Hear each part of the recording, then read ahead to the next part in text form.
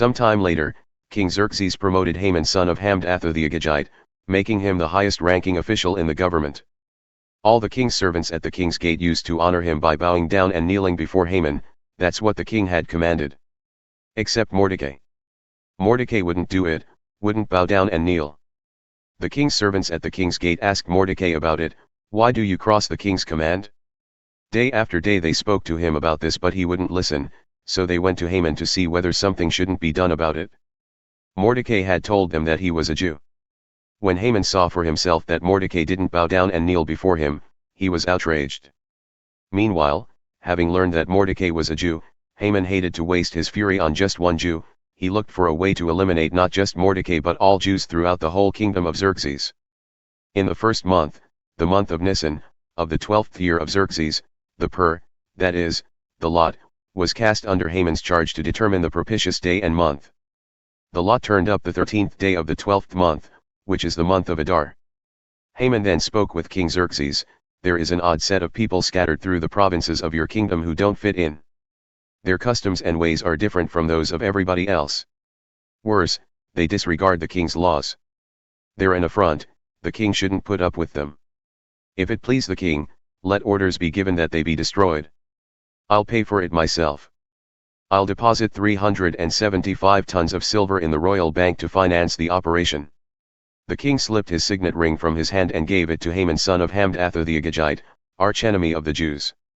Go ahead, the king said to Haman. It's your money, do whatever you want with those people. The king's secretaries were brought in on the 13th day of the first month. The orders were written out word for word as Haman had addressed them to the king's satraps, the governors of every province, and the officials of every people. They were written in the script of each province and the language of each people in the name of King Xerxes and sealed with the royal signet ring. Bulletins were sent out by couriers to all the king's provinces with orders to massacre, kill, and eliminate all the Jews, youngsters and old men, women, and babies, on a single day, the 13th day of the 12th month, the month Adar, and to plunder their goods. Copies of the bulletin were to be posted in each province, publicly available to all peoples, to get them ready for that day. At the king's command, the couriers took off. The order was also posted in the palace complex of Susa. The king and Haman sat back and had a drink while the city of Susa reeled from the news. When Mordecai learned what had been done, he ripped his clothes to shreds and put on sackcloth and ashes. Then he went out in the streets of the city crying out in loud and bitter cries.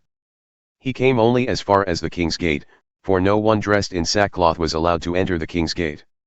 As the king's order was posted in every province, there was loud lament among the Jews, fasting, weeping, wailing.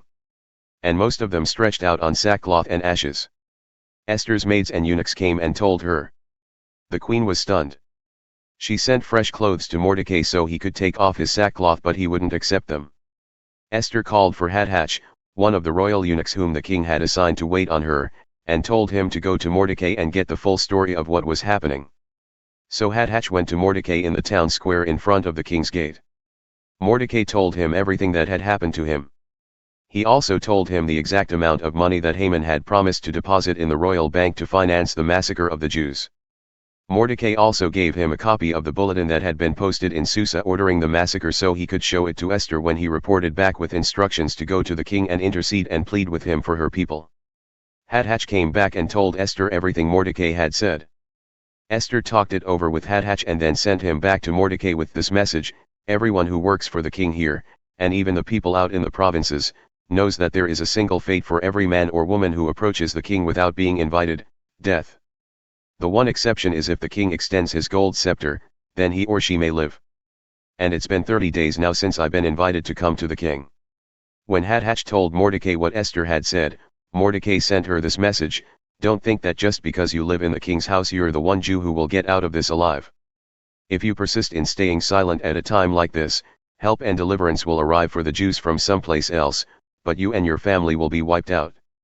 Who knows? Maybe you were made queen for just such a time as this. Esther sent back her answer to Mordecai: go and get all the Jews living in Susa together. Fast for me. Don't eat or drink for 3 days, either day or night. I and my maids will fast with you. If you will do this, I'll go to the king, even though it's forbidden. If I die, I die. Mordecai left and carried out Esther's instructions. 3 days later Esther dressed in her royal robes and took up a position in the inner court of the palace in front of the king's throne room. The king was on his throne facing the entrance. When he noticed Queen Esther standing in the court, he was pleased to see her. The king extended the gold scepter in his hand. Esther approached and touched the tip of the scepter. The king asked, "And what's your desire, Queen Esther? What do you want? Ask and it's yours, even if it's half my kingdom." "If it please the king," said Esther, "let the king come with Haman to a dinner I've prepared for him."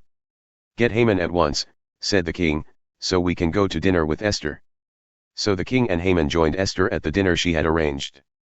As they were drinking the wine, the king said, "Now, what is it you want? Half of my kingdom isn't too much to ask. Just ask." Esther answered, "Here's what I want. If the king favors me and is pleased to do what I desire and ask, let the king and Haman come again tomorrow to the dinner that I will fix for them. Then I'll give a straight answer to the king's question." Haman left the palace that day happy, beaming. And then he saw Mordecai sitting at the king's gate ignoring him, oblivious to him. Haman was furious with Mordecai. But he held himself in and went on home. He got his friends together with his wife Zeresh and started bragging about how much money he had, his many sons, all the times the king had honored him, and his promotion to the highest position in the government. On top of all that, Haman continued, "Queen Esther invited me to a private dinner she gave for the king, just the three of us. And she's invited me to another one tomorrow. But I can't enjoy any of it when I see Mordecai the Jew sitting at the king's gate." His wife Zeresh and all his friends said, "Build a gallows 75 feet high. First thing in the morning speak with the king, get him to order Mordecai hanged on it. Then happily go with the king to dinner." Haman liked that. He had the gallows built.